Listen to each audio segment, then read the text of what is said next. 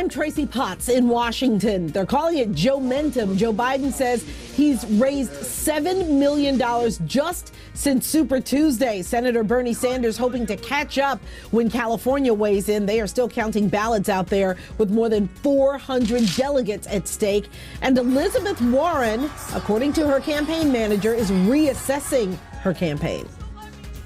And a big talker this morning in the presidential race is what kind of effect will Bloomberg dropping out have on the Joe Biden campaign? Now more money being helped behind him, but also just what kind of support and advertising will we see in the recent weeks? Michael Bloomberg tweeting that he is dropping out of this race the same reason that he got in it, and that is to defeat Donald Trump. He is saying that he is making it very clear he's supporting and endorsing his friend and a great American, Joe Biden. And President Trump taking to Twitter after that, saying that he could have helped him out a long time ago, saved himself a ton of money. But is Michael Bloomberg really worried or losing sleep over the amount of money he put in recent weeks to his campaign, given that Forbes is noting that his net worth is right about $58 billion?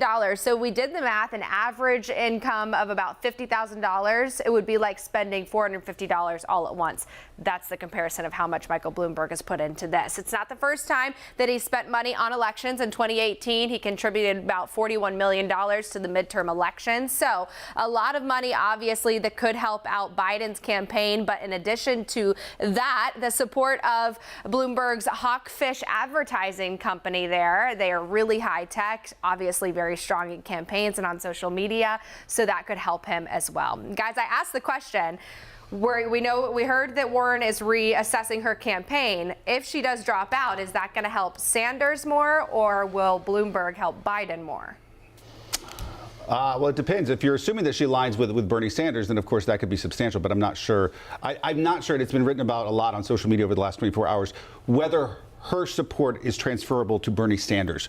Right. And even though politically they're very similar, some of her followers might not get on board the Bernie train. Mm-hmm. It's just, the whole thing is so interesting, too, because as we've talked about so many times, during these debates and in ads, they attack each other, and then all of a sudden, they're friends. Yeah.